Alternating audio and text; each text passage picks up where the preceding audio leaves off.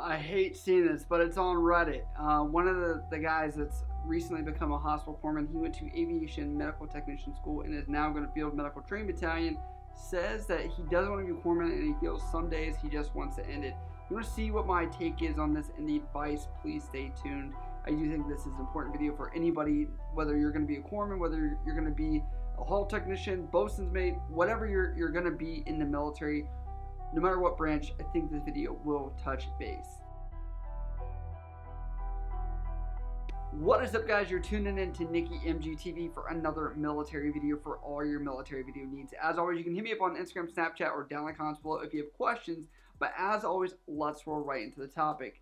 So I will TLDR his post. I will link it down below where you can see it. And so what we have here is one of the kids' posts on New to the Navy. That's where I get some video ideas. Some of them I've already made videos on, but I kind of want to reiterate this topic specifically because it's very important recently. TLDR is he has become a hospital corpsman. He went to aviation medical technician school, and he's about to go to field medical training battalion. He originally wanted to be a CB. Doesn't specify a specific rate, just that he wanted to be a CB, and he settled for this. He says he knows that the choose your rate, choose your fate for jobs is just, that's what it is, and he's regretting it, saying he hates being a corpsman every day, and some days he wants to end it. And his main question is, when is as soon as he can transfer out of that rate and get this going? But let's get on the ball first and ask some critical questions. And first and foremost, if any of you guys ever run into the issue where you are suicidal or you feel like you may be suicidal, you definitely need to seek help. And the military, out of everything, because I know that we've seen trends over the past couple of years, especially recently, of increased suicides, you need to seek help. There's the chaplain, you can go to medical, you can go to Fleet and Family Support. You can also, on our base, we have, I think it's called NFLAC, where it's like these civilian people that don't document anything, they're just there to talk to you. And then the last one is the 1-800 number that everybody knows about. And then actually on top of that, Military One Source has a thing where you can text or call. So all those will be down there below as far as what you can look up. I mean, you can Google them as well, but let's go through this. So the critical question I want to ask, because a lot of people, you're scared about knowing what your job is going to entail, knowing what it's going to be fully entailing. Now, let's get to this guy's situation specifically. He has never actually done the job as a corpsman. I think it's just the idea, because in his post he says he's even scared of blood. But obviously that's something you might want to know before you actually go. But realistically, the job I don't think is what makes it. What out of being a corpsman is so bad compared to what you could be as a CB? Like in reality, like what is making the job totally unbearable to where every day you hate it, especially when somebody's in a training situation? And when I say that, I say it because it's very acute, it's very small as far as the time period. And a lot of you guys are coming from high school, maybe very early 20s without much experience, not close to home. You know, you guys have probably been closer to the nest than typically where you are in the military. You're alone, all new people, you don't have any comforts. Can bring on a lot of stress, and so I believe that maybe what's happening here, I'm speculating a little bit, because I don't think that through the training pipeline it's as intense as maybe it's the job itself. Because realistically, I've worked a lot of different jobs, and even as a corpsman, I represent it, right? Like, but I would be lying to you if I said there wasn't a day where I said, man, I wish I wasn't doing this job, or man, I hate this job right now. But then there's days where I'm like, dude, I love this job. You know, I do have to give some credit to this kid, because honestly, if you're going through A school, you go to the Aviation Medtech C school, which is almost like they're requiring people to go through, from what I've heard from a lot of people. Some people aren't even volunteering for this C school. It's just they're being picked and told they have to go. And the hard thing about it, and I hate to say this, there's things the military will want from you that you don't want, you know, but you've signed the bottom line. And that's very hard to deal with, because I know, again, some of you guys are very young that haven't had to fulfill commitments or understand what that means. And what I want to project from that, because that's not saying that you are not knowledgeable, it's saying the fact that I believe that some of you guys have not had enough experience to realize that there is some good out of that situation and there is some bad out of that situation, wherever you're at. And you have to be able to find the good, whatever your situation can be. It's interesting because there's certain things that you're going to do where you're instantly going to say, I really don't like this. But there's a point where you have to be reasonable. You have to understand that you have signed up for something. You have done this. And I think this topic should be covered because there was a recent article that came out about a buds drop or seal drop that he was going through the candidacy program for that. And he failed out due to some injury. And then he ended up committing the S word, because I don't want that to flag this video as inappropriate, because I think it is appropriate. But committing the S word. And well, anyway, it was because he wouldn't get his job changed. There was more to that story as well, but I don't want this to lead to that either. But I do want to say you are going to take a while in this job, specifically being an aviation med tech where the manning is much lower.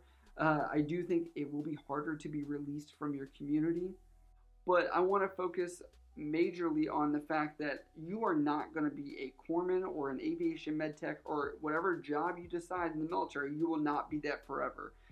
You will not dread every single day forever.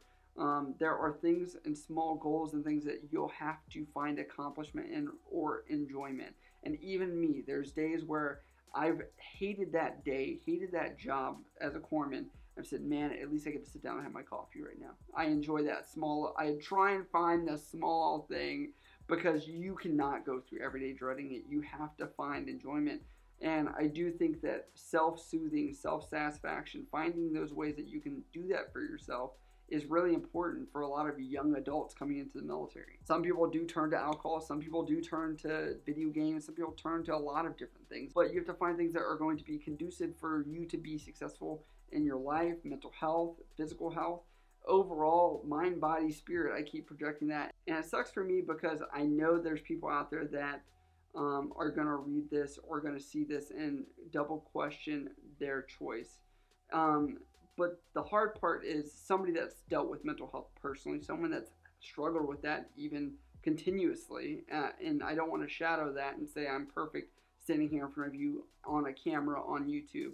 I do make myself vulnerable to that level because I dealt with this stuff as a young 20-year-old, 18-year-old kid that thought at one point I wanted to get out of the military.